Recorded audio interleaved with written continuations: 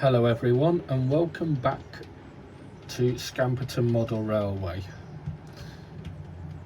and I am pleased to say that I am quite chuffed with the work that has been done over the past couple of weeks or so since my last update. And as you can see, there goes a Class 66 with a wheel cleaner, and shortly following it in the same direction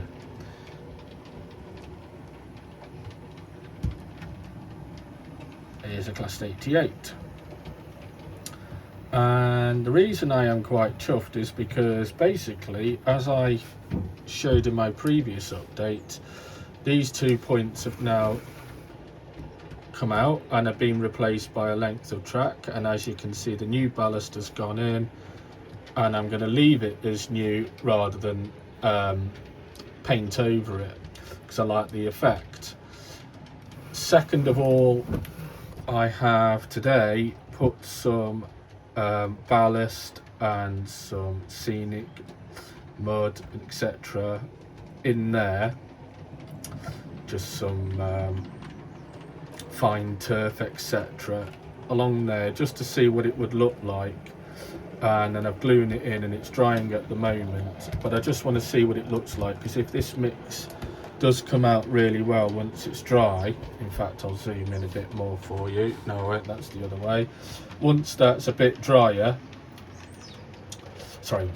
once that's dried out, I'd like to see what it looks like, and if this works well, then I'm just going to put it mostly along the back along there as some mud and ballast that are just covering in between the track and the overgrown area over there.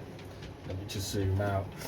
The other thing I've done today is, as you can see, the fence is now in along the entire row back part of the layout, so that goes all the way round and finishes at the road bridge, which I'm quite pleased about. The next job is to fill that in with some mud, etc. along the back, similar to what I've done over there, but I'm not sure if I'll go with the same colour or mix up some different stuff. So that's a job for the next time. The houses and the fire station haven't gone anywhere. I've just moved them out the way so I can get better access to this area, and then once that's done, I'll put them back. The other thing that I've left up, which has now worked out quite well, is the catenary. If I zoom in on one, you can see the masts and everything up. I haven't obviously put the cable onto it, but they're now in place and looking good. The only one that I'm slightly annoyed at is that one, because that's leaning over slightly, so I think I just need to relay that one, which isn't a big deal because it's just glued in with copy decks. There goes the train, and there goes the other one. But the main thing I'm pleased about is, as you can see, trains are running on both tracks without being derailing or having stuttering issues, or just generally causing me annoyance, which is all I really want. Now I know obviously, and that means that I've sacrificed points, so I've sacrificed a bit of playability stroke the ability to change things up a little bit, but for the sake of having trains moving, I'm prepared to live with it. So for example, there's the first set of points removed, and then if I bring you over here under the bridge, the second set of points have been removed. And again, all I did was just put some new ballast, and I'm going to leave it like that.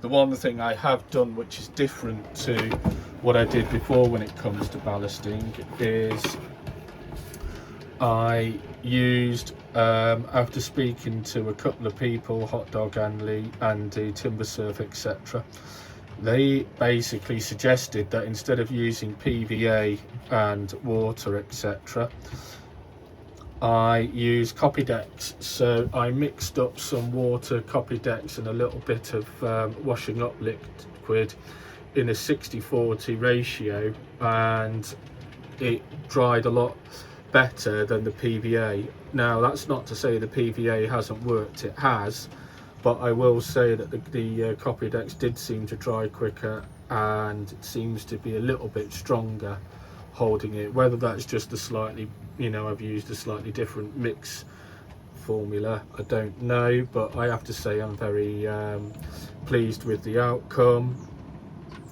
And as you can see, trains are running, and whilst we've been on the whilst I've been recording this, you can see trains have gone round and aren't kicking up a fuss.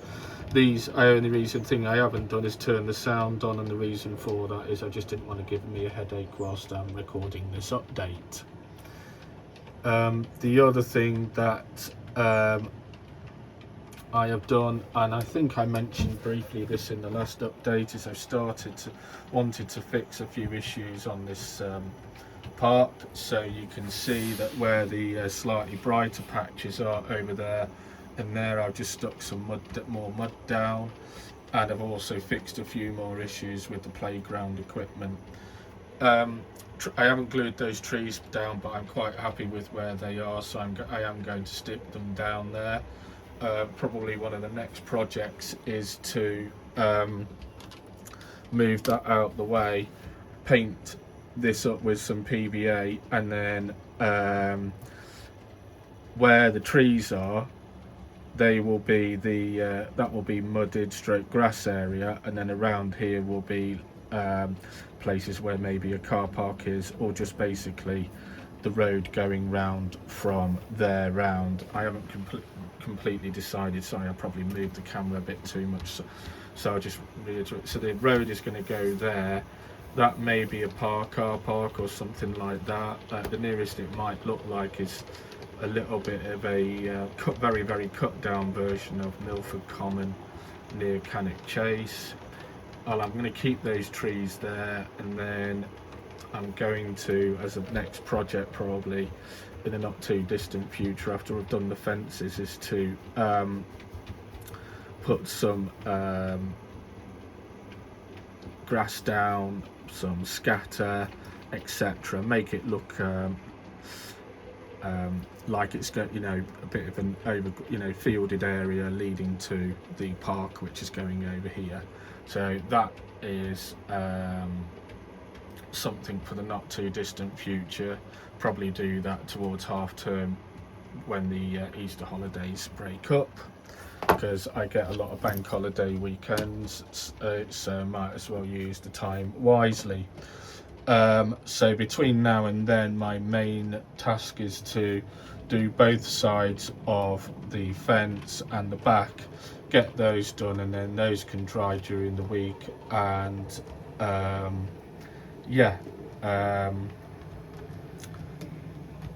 that will then mean that although this side isn't done, it is on its way to being completed, and then I can concentrate on A, painting the road, but B,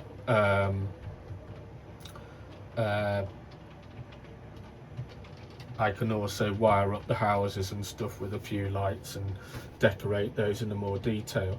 Now you'll see I've just focused you on a completely bare patch of wood and the fences, and there is a reason for that, and I've been mulling over this for the past couple of days, and it centres around the fire station. Now, although I like this fire station, it isn't that good. So one of the things I have been mulling over is whether to buy the Bachmann fire station that is 3D printed. Sorry, not 3D printed, is resin built, so it's stronger and looks more modern in with today's fire stations that you see especially the PFI stations in Staffordshire. Now, it is the best part of 60 quid, and which is what puts me off. But on the other hand, ignore the fact that I knocked the fence over, I can glue that on. Ignore that bit, but it would mean that it would look a bit better and more modern. But I'm just wondering what you as viewers think. I'm welcome to opinions on it, and it would just be nice to know if you could, if anybody watched this is of course and want to comment on my proposal, what they think, let me know. And yeah, but it is just an idea at the moment. Obviously I need to glue this down screw this down once the wood's once I put it back, so that it doesn't warp like it has done. But that's not a big job. But that's just literally just sticking a couple of screws in the middle and then disguising it with a bit of paint and stuff. But yeah, it is something I am contemplating on getting the Bachmann's Scenecraft fire station. But if you want to let me know in the comments what you think, that would be great. But other than that, it has just been a case of carrying on working on this area. So hopefully in the not too distant future I will put another update up, probably maybe next weekend or the weekend after. I can't promise, but that's what I'm aiming for. So between now and then, stay safe, have a good weekend, and if you're into model, well, always happy modelling. Otherwise, if you just like watching this because you just like the viewing videos, then again, have a nice weekend, and I will see you soon. Bye for now.